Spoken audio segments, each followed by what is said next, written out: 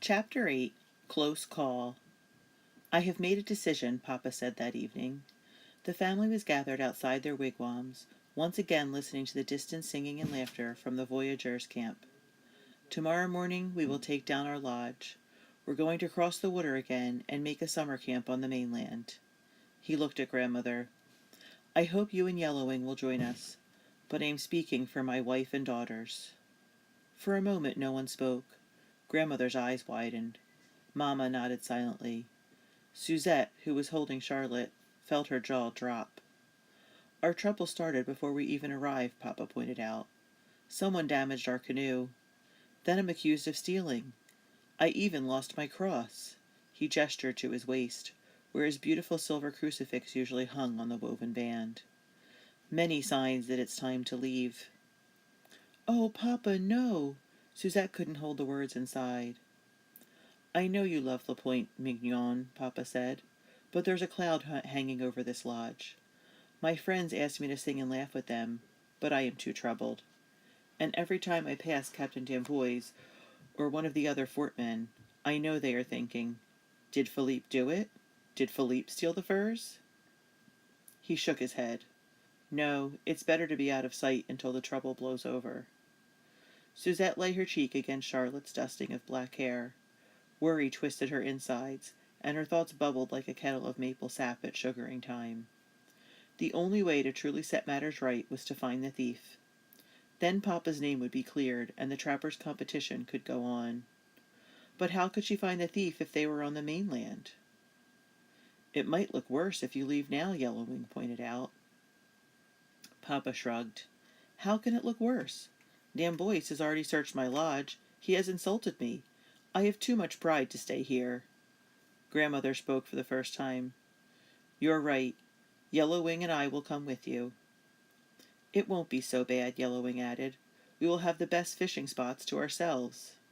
Suzette was trying desperately to think of reasons that might convince Papa to stay. But Papa, she managed, what about my lessons? Monsieur Roussain is terribly behind with his ledgers. The voyageurs brought so many new goods from Montreal. And he's got to get all the trappers' furs bundled and counted. And I promised I'd help him. I gave him my word. Can't we stay for just a short while longer? Please, Papa? Oshawa, Grandmother said quietly. She thought Suzette was being disrespectful by arguing with her father. Suzette bowed her head, waiting. Her papa took a long time to find his words. 2 days, he said finally. 2 sons. Then we leave for the mainland. Iya, Papa, she said, feeling a little wave of relief. But her thoughts were still tumbling. 2 sons. That didn't leave her much time. Daughter, Mama said the next morning, after Papa and Yellowwing had left the lodge. Grandmother and I are going to gather cedar bark this morning. We'd be glad of your help. Women gathered the inner bark of cedar trees to make mats and bags, and more hands made the work easier. But Suzette couldn't afford to lose any more time in tracking the thief. Mama, she said hesitantly, I'd be happy to help you. But Grandmother mentioned that she needed some bloodroot to dye quills with, and I thought I'd look for some for her. And then I was going to help Monsieur Roussain. Her voice trailed away, and she studied the pine needles at her feet. She didn't want to say more than she needed to. Her mother regarded her. Suzette, she said finally, this has all been difficult for you, I know. Your father is a good man. Everything will come out well, I think. I think so too, Mama, Suzette said. She had to believe it. You may go. Try not to worry. The spirit of the woods will watch over you. Suzette nodded. Mama had often told Suzette that the spirit of the woods would break a little branch and throw it in front of her in warning if she was ever about to walk into danger. It had reassured her when she was little, and it was comforting now.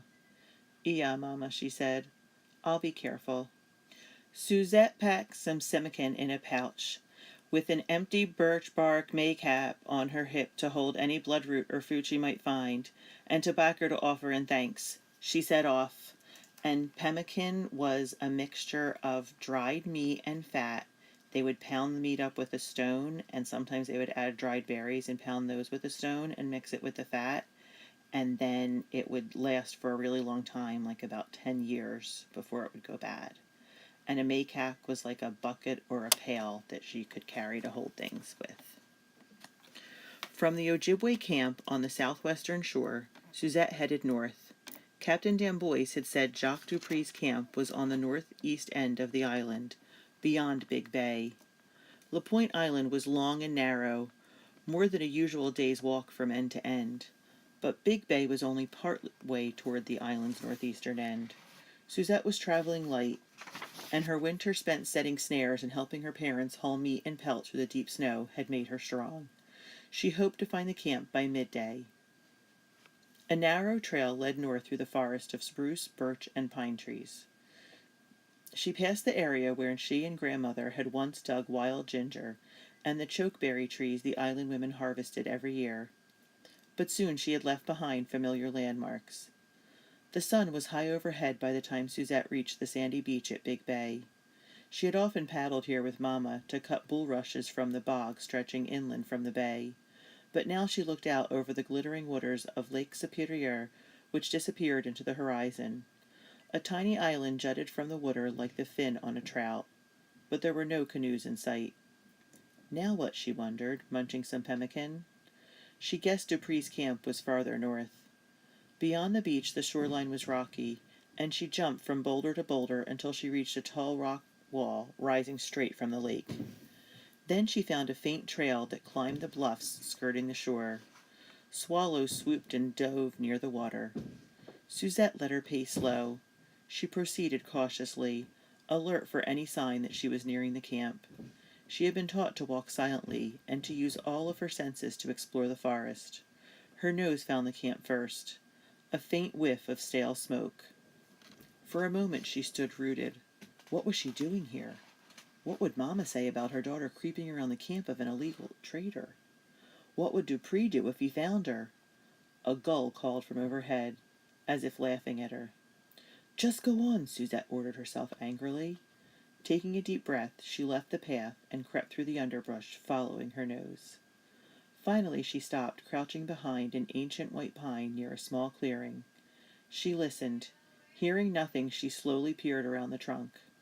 The camp was in a small opening among the trees, and looked deserted. It was not directly on the beach, as Suzette had imagined, but on the far side of the clearing. A path led down toward the lake. The fire pit looked cold. Faded tarps were tied against 2 trees to provide shelter for a jumble of bundles and crates, which he guessed were full of trade goods. And behind them, almost hidden in the shadows, were several piles of pelts. Did she dare leave the safety of the trees? She hesitated, listening with every pore. She heard the wind sigh among the branches, and the faint hammer of a woodpecker. Nothing more. She considered darting across the clearing, but it seemed safer to circle around through the woods, even though that meant skirting a thorny raspberry patch. It seemed to take forever, but finally she tiptoed up to the makeshift shelters. What she had thought were piles of loose pelts were instead packed bales with a few stiff skins tossed on top. Suzette pawed through the loose hides desperately. No telltale beaver pelts with golden stripes. She chewed her lip. Should she try to open the big bales? Her heart began to thump. Opening the packed furs would take time. She broke into a nervous sweat as she stepped away from the shelter for a moment, into the dappled sunshine beneath the forest canopy, listening. Then a twig dropped in front of her.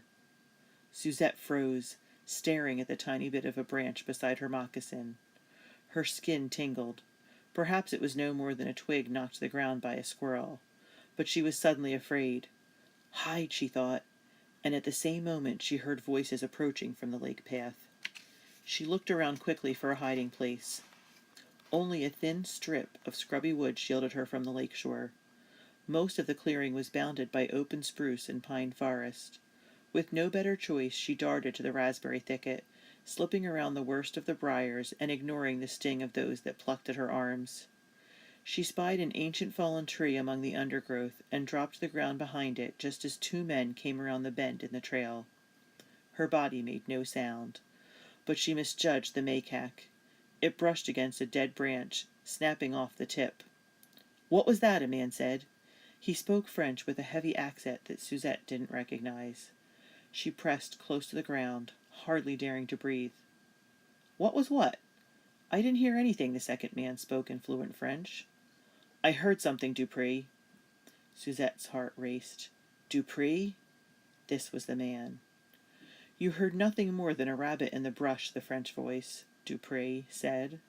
You're as jumpy as a rabbit yourself, Mikhail. Here, hand me the flask. If you're going to stare at nothing, I might as well stop for a drink. This business makes me jumpy, Mikhail said defensively. This is not what I signed on for. Quit complaining. I pay well. But you didn't say that Baptiste would bring a French soldier to search the camp. I don't like soldiers. I want no more trouble with the law. You know that is why I left home for this God-forsaken wilderness. Baptiste and a French soldier had searched the camp? Captain D'Amboise must have made good on his promise of sending them to visit Dupree's camp. They must have paddled around the island the afternoon before. Nothing was found, was it? At least nothing they could prove was stolen. Dupree gave a harsh laugh. Don't worry so much. Those 2 striped beaver pelts are safe in the cave, and they'll bring good money. Striped beaver pelts? Suzette wanted to whoop. Instead, she pressed her cheek against the rotting wood, smelling the dank odors of moss and decay. She held her breath, willing Mikhail and Dupree to say more. Come on, Dupree said. We need to haul this last load over to Gull Rock and get it hidden away safe with the rest. Let's get going. Maybe you'll get more of those striped beaver pelts before we go back to Montreal, Mikhail said hopefully. Then he grunted, as if swinging a heavy load to his back. There's one more of those to come in, but don't look for any more after that, Dupree scoffed. Our man said they came from somewhere west of here. But don't worry, I tell you, once we get back to Montreal, I'll make it worth your while. The voices faded away. Suzette waited to be sure the men were truly gone before emerging from her hiding place. Too late, she realized she should have tried to follow them. She crept toward the lake, keeping out of sight of anyone using the faint path, but by the time she reached the shore, there was no sign of the 2 men. A flood of frustrated disappointment washed over her. Her whole body ached, and she realized that she had been clenching every muscle tight. Still, she was excited. She hadn't found the stolen furs or identified the thief, but she knew for sure now that the thief was trading with Jacques Dupree. And the furs had been hidden in a cave, just as she had suspected. And since the men were taking these furs to be safe with the rest, the cave must be near Gull Rock. But where was Gull Rock? She'd never heard of such a place. And who had brought the stolen furs to Dupree in the first place? Dupree had referred to our man. Who was our man? Niskigwan? Big Nicholas? Or someone else? She hadn't come up with any answers by the time she saw the French flag flying over the trading post and heard the shouts of boys playing Bagadawi nearby.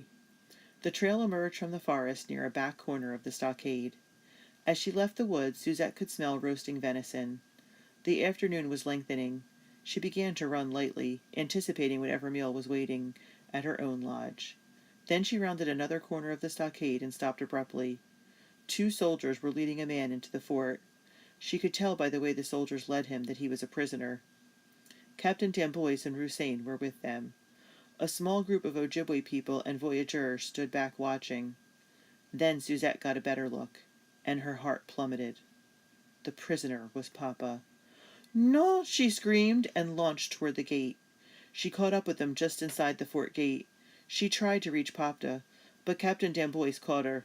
No, she cried over and over again. No, let him go. It's not true. D'Amboise gave her a little shake. Yes, it is. Now go home to your mother. He turned toward the crowd and raised his voice. Go home. There is nothing more to see here.